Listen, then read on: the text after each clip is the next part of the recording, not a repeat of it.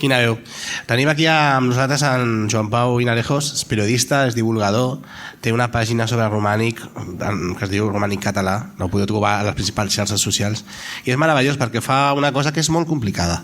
Ens ensenya a tots i a totes a estimar el nostre art, a estimar el romànic i fer-ho des d'una perspectiva divertida, molt propera al meme, i és un tema que a mi m'encanta i com ho fa. I clar, què és el que ha passat? Pues que el tio aquest ho està fent tan bé que des de fa uns dies, des de fa res, des de fa poc, de fet, això és com no hauria d'estar aquí, no? Doncs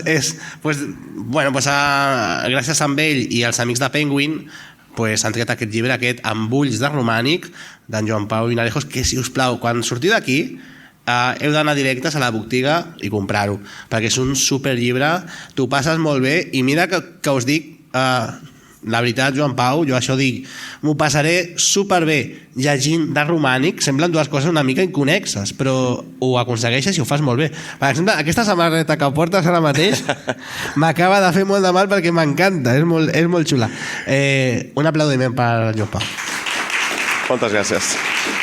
Com comences amb això del romànic? Aviam la samarreta, que no sé si feu vídeo o no, però per qui no la vegi és un Son Goku romànic. Un Son Goku romànic. És la reunió perfecta d'un mite millennial com és Bola de Drac amb el romànic. És un Pantocrator Goku, no? Exacte, és un Goku en majestat, diguéssim, que també era un personatge que ressuscitava, per tant, de paral·lelismes n'hi ha. N'hi ha, no? Ha ressuscitat ara a TV3, o sigui, a 3CAT. Sí, és un bon moment, és veritat, ara ha ressuscitat, precisament, a les plataformes digitals. O sigui, vols dir que Jesucrist era el Goku d'aquesta època? Sens dubte. A més, en el llibre explico que els herois sempre s'assemblen entre si. Aquella famosa frase de Tolstoi de que les famílies felices s'assemblen entre si, en canvi les desgraciades cadascuna ho són a la seva manera. Doncs sí, justament Son Goku es pot assemblar a Conan el Bàrbar, però també a personatges de la mitologia i de la religió, i en canvi els personatges malvats, per això jo de petit era molt més partidari dels dolents, perquè sempre són més sofisticats i més diferents entre si. El Vegeta qui seria, el romànic? Home, el Vegeta podria ser Judas Iscariot sense cap dubte. Totalment. Com comences amb això, tu? D'on et ve això? Aviam, jo dic en el llibre que ho dedico a ma mare i a l'algoritme, que és una manera una mica heterodoxa de dir-ho, però està clar que ve per una via familiar, perquè la meva mare n'és molt apassionada, potser jo ho he sigut més encara, i per via familiar també, com que som una família molt nombrosa, doncs viatjàvem molt al Pirineu de petits, i això ens va permetre veure bastant del nostre patrimoni. I això, em vaig passar a l'adolescència una mica obsessionat amb el Crist de Taüll, dibuixant campanars, tinc apunts encara a casa on això, tinc dibuixos on barrejo el romànic, jo què sé, amb collage fet amb fotografies de Scarlett Johansson, vull dir que una bogeria absoluta. Ara, el detonant va ser fa uns 2 anys i mig, i la causa, podria dir que va ser un dels pecats capitals, l'enveja, perquè un company i molt bon amic meu, el David Martínez, que és qui al darrere del compte Històries de Barcelona, que també us recomano moltíssim, doncs ell tenia un conte amb molt d'èxit que això, divulga cròniques de la ciutat de Barcelona, i jo li vaig dir, escolta, em fas molta enveja, directament t'ho dic, em fas enveja i vull agafar algun dels temes que m'agrada a mi, que en són uns quants, de la filosofia de les humanitats, de l'art, i portar-lo a aquest terreny de la divulgació digital. El romànic era el que realment sempre m'havia acompanyat, per tant vaig decidir començar a donar-li forma en aquesta xarxa diabòlica que actualment és X, i la meva sorpresa és que va anar bé, fins al punt que avui aquest projecte està transformat en un llibre. Per què és tan especial el romànic i per què hauríem de donar-li una mica més d'atenció?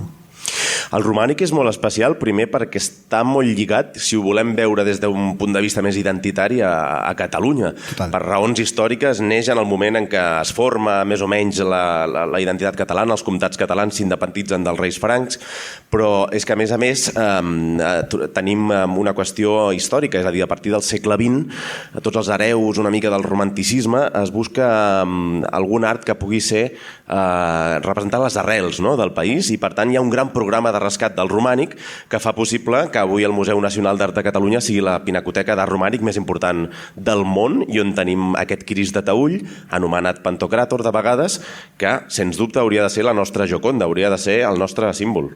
És una autèntica borrada. La veritat que sap greu que hi hagi persones que no ho han vist, i que hi hagi persones que no han anat mai al MNAC, no ho han vist, i la veritat que és una autèntica llàstima. Et volia preguntar perquè es parla molt, però potser com que no en sé gaire sobre el tema, potser no en tinc gaire informació. Et volia preguntar, hi ha hagut molt d'expoli al romànic català i el Museu Britànic també ha fet de les seves i d'altres museus? Doncs tenim romànic català a l'exili, a l'estranger, n'hi ha, és a dir, tenim parts senceres de claustres als Estats Units i tenim la sort, entre cometes, de que bona part d'aquest exili a l'estranger es va frenar precisament per aquella presa de consciència que hi va haver a principis del segle XX. Precisament és aquella guspira, va passar a Santa Maria de Mur i això va ser l'origen de la famosa novel·la Estrapo de Martí Gironell, que un marxant americà es va fixar en aquelles pintures d'una canònica del Pallars Jussà, que són espectaculars realment i em fa molta ràbia que no les tinguem a Catalunya, i al veure aquí les autoritats que aquelles pintures se n'anaven, van dir, escolta, posem-nos en guàrdia i protegim el patrimoni perquè si no se'ns en va.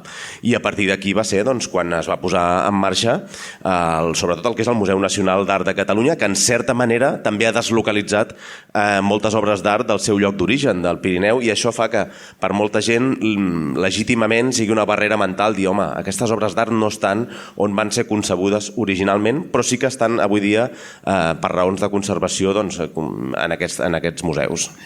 Jo vaig estar fa aproximadament potser uns mesos, no fa l'any que vaig estar a Taüll, que ja tenim, no tenim les pintures originals, però sí que tenim això com era? El mapatge, el mapping. El mapping és espectacular, el mapping. El mapping és espectacular. Increïble. I et fas una idea de com veien, o sigui, com una persona que vivia a una casa petita o una casa baixa entrava a aquella església i podia veure això, i la veritat és que és per flipar, és que és per al·lucinar.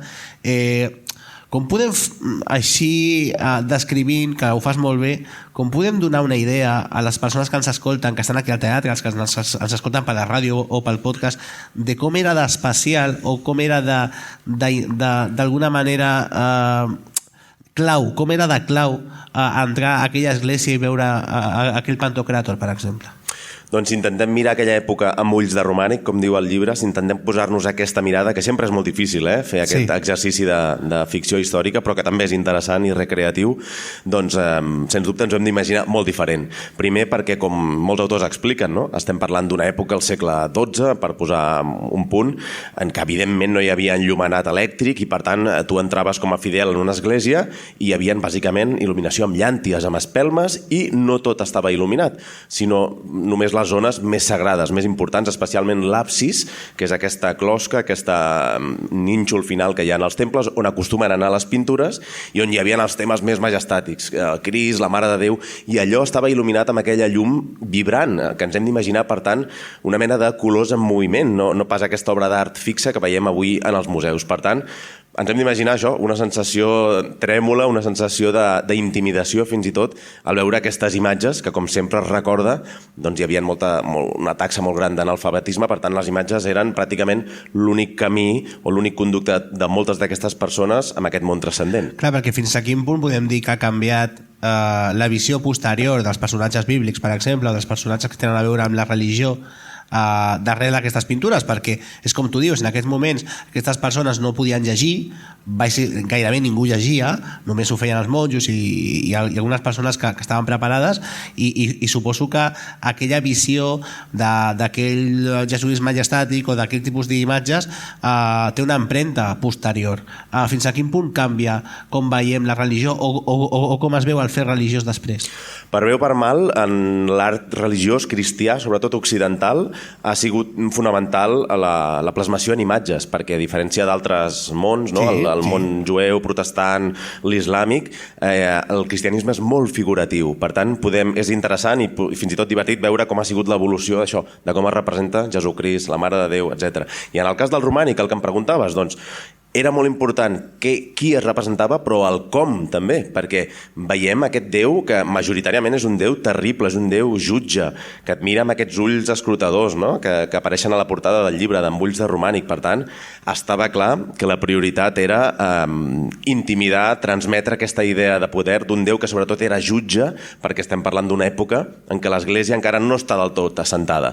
Té heretgies en el seu interior, hi ha l'avenç de l'islam a la península Ibèrica, per tant ha de ser un art molt molt majestàtic i molt triomfant i no importa tant potser la versemblança o una imitació de la realitat com podia passar en l'art clàssic, sinó transmetre missatges que amb el color, amb la línia, per això estèticament són molt fascinants avui en dia, puguin ser missatges això, doncs, propagandísticament molt impactants. Jo us vull explicar una cosa, una intrahistòria d'aquí del programa. Cada programa que fem a Cal Niño sempre ho faig així. Agafo el moment més complicat pel Toni i el fico aquí a l'entrevista. I fa uns dies em va dir: «Ei, qué interesante, Israel, que me metieras en una entrevista en la que yo estaba una mica fuera de lloc». Diu: «Pues ahora te vas a enterar, me ficaré a la del Romànic». Tu, Toni, tu has estat a Taüll, no? Sí. I què t'ha semblat a tu? Doncs vaig estar a Taüll, vaig anar a la visita a veure el mapping. És una de les coses més al·lucinants que he vist en molt de temps, perquè primer crec que va ser era prepandèmia, o sigui, ja fa 5 o 6 anys, i vam anar a veure com baixaven les torxes, no, el Sant Joan, no? Que ja era, a part ja era una cosa espectacular, més vam veure el mapping. I en el moment del mapping, això, bueno, un mapping, i no sabia què anava a veure. I quan seiem allà i comencem a veure que allò es transforma en la imatge, en el pantocrator aquest tan gran, i van canviant, o sigui, donen la versió, el que jo recordo de com seria en aquella època, com la veuríem ara, amb més llum, més intensitat, menys, i la veritat era un mapping, però és com tu has dit, podria ser la Capella Sixtina del romànic català, o de la cultura catalana. O sigui, jo vaig al·lucinar amb allò. Sí, absolutament. La situació que t'embolcalla... Perquè no t'ho esperaves. Bum, de cop i volta és com... Però és normal, o sigui, no és que... A veure, ho explico. És normal que... No és que em fes por, però em va deixar durant un dia i mig una mica acollonit. O sigui, és lògic, això? És lògic. De fet, hi ha una pel·lícula que ha estat premiada als Gaudí, la millor actriu revelació, que es diu Salve Maria, que qui no l'hagi vist la recomano, que és d'una directora que es diu Mar Coll, meravellosa, i a mi particularment, a part de perquè m'agrada molt la Mar Coll, m'interessa perquè apareix la iconografia romànica i les localitzacions de la Vall d'Avui, i precisament, sense fer gaires spoilers, però la protagonista visita aquestes esglésies i la visió de les pintures, especialment dels temes diabòlics, la bèstia de l'apocalipsi, de 7 caps, això la fa connectar d'una manera molt perillosa amb els seus malsons sobre la maternitat. Per tant, fixeu-vos fins a quin punt, i portat el dia d'avui, tot aquest bestiari i aquests diables de l'edat mitjana ens poden interpel·lar avui en dia. Que això és molt interessant. Mira, ara que dius de portar el dia d'avui, això és el que fas tu bàsicament. Tu agafes la Romànic a les teves xarxes socials, que les heu de buscar, heu d'anar ara a Instagram, on sigui, buscar com és tot? @romànic català, a tot arreu. Romànic català. És boníssim. I és boníssim, o sigui, és espectacular. Doncs el que m'al·lucina és que fas correspondències amb el romànic i el món actual. I o sigui, el romànic té ensenyaments, té coses a mostrar-nos que ens serveixen avui en dia? Sí, sens dubte, n'estic segur.